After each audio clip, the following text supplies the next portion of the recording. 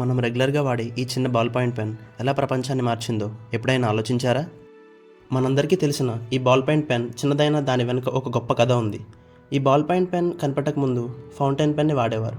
కానీ ఫౌంటైన్ పెన్తో చాలా సమస్యలు ఉండేవి.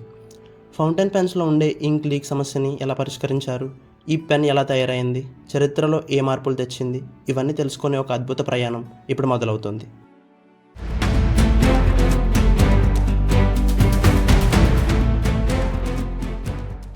Welcome to story of decades. ఇలాంటి ఆసక్తికరమైన చరిత్ర కథల కోసం సబ్స్క్రైబ్ చేసి బెల్ ఐకాన్ని క్లిక్ చేయండి. మన చేతిలో ఉన్న ఈ పెన్ యొక్క ఐడియా ముందుగా ఏన్షియంట్ ఈజిప్షియన్స్ కనుక్కున్నారు.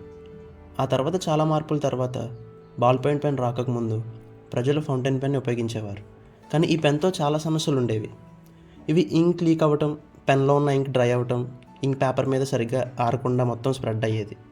ఇలాంటి చాలా సమస్యల వల్ల రాయటం చాలా కష్టమైన పనిలా అయ్యింది. కానీ రాసిన మాటలు చెరిపేయకూడదంటే మంచి మార్గం కావాలి. ఈ సమస్యను ఒక విలక్షణ వ్యక్తి పరిష్కరించాడు. ఈ బాల్ పాయింట్ పెన్ ఆవిష్కరణ వెనుకలో ఉన్న ఒక మేధావి లాస్లో బైరో. 1930లో హంగేరియన్ జర్నలిస్ట్ అయిన ఈ లాస్లో బైరో ఫౌంటైన్ పెన్తో రాస్తున్నప్పుడు ఇతను ఒక ప్రాబ్లమ్ని నోటీస్ చేశారు. న్యూస్ పేపర్ మీద వాడే ఇంక్ తక్కువ సమయంలో ఎండిపోతుంది, మరి ఫౌంటైన్ పెన్ ఇంక్ ఎందుకు అలా ఉండదు అనే ఒక ప్రశ్న ఎదురైంది. ఇదే ప్రశ్నతో అతను ప్రయోగాలు మొదలుపెట్టాడు. కొన్ని సంవత్సరాలు ప్రయోగాలు చేసిన తర్వాత 1930లో బైరో మరియు తన సోదరుడితో కలిసి అతను రోలింగ్ బాల్తో కూడిన ఒక పెన్ని తయారు చేశాడు. అయితే ఈ రోలింగ్ బాల్ పెన్లో ఉన్న ఇంక్ను పేపర్ మీద సమానంగా విడుదల చేస్తుంది. ఈ విధంగా బాల్ పాయింట్ పెన్ని 1938లో ఇన్వెంట్ చేశారు. ఒక చిన్న ఆవిష్కరణ ఎలా ప్రపంచాన్ని ఆకర్షించిందో చూద్దాం.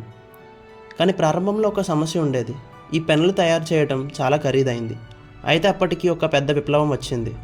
రెండవ ప్రపంచ యుద్ధం సమయంలో బ్రిటిష్ రాయల్ ఎయిర్ ఫోర్స్కి ఉన్నత ఎత్తుల వద్ద ఇంక్ లీక్ కాకుండా పనిచేసే పెన్నులు అవసరమయ్యాయి.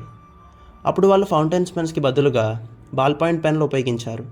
ఇది వెంటనే బాల్ పాయింట్ పెన్ అభివృద్ధికి విజయాన్ని సాధించింది. ఈ అభివృద్ధి చూసి 1950లో BIC వంటి పెద్ద కంపెనీలు బాల్ పాయింట్ పెన్లు పెద్ద మొత్తంలో తయారు చేయడం ప్రారంభించాయి. దీనివల్ల అవి సామాన్య ప్రజలకు సులభంగా అందుబాటులోకి వచ్చాయి. ప్రస్తుత కాలంలో బాల్ పాయింట్ పెన్ ప్రభావం ఒక గేమ్ చేంజర్లా మారింది. ఈరోజు చూసుకుంటే ప్రతిరోజు 100 మిలియన్లకి పైగా బాల్ పాయింట్ పెన్లు అమ్ముడవుతున్నాయి. ఇవి స్కూల్స్లో, కాలేజెస్లో మరియు అంతరిక్షంలో కూడా ఉపయోగిస్తున్నారు. ఇంకా వాస్తవానికి ఫేమస్ అయిన నాసా స్పేస్ పెన్ ఏదైతే గ్రావిటేషనల్ ఫోర్స్ లేకుండా పనిచేస్తుందో అది ఈ సాధారణ ఆవిష్కరణ నుండి ఇన్స్పైర్ అయ్యి తయారు చేయబడింది. ఈ కాలంలో బాల్ పాయింట్ పెన్ లేకుండా రాయటం అనేది చాలా చిరాకు మరియు కోపాన్ని తెచ్చేలా ఉంటుంది.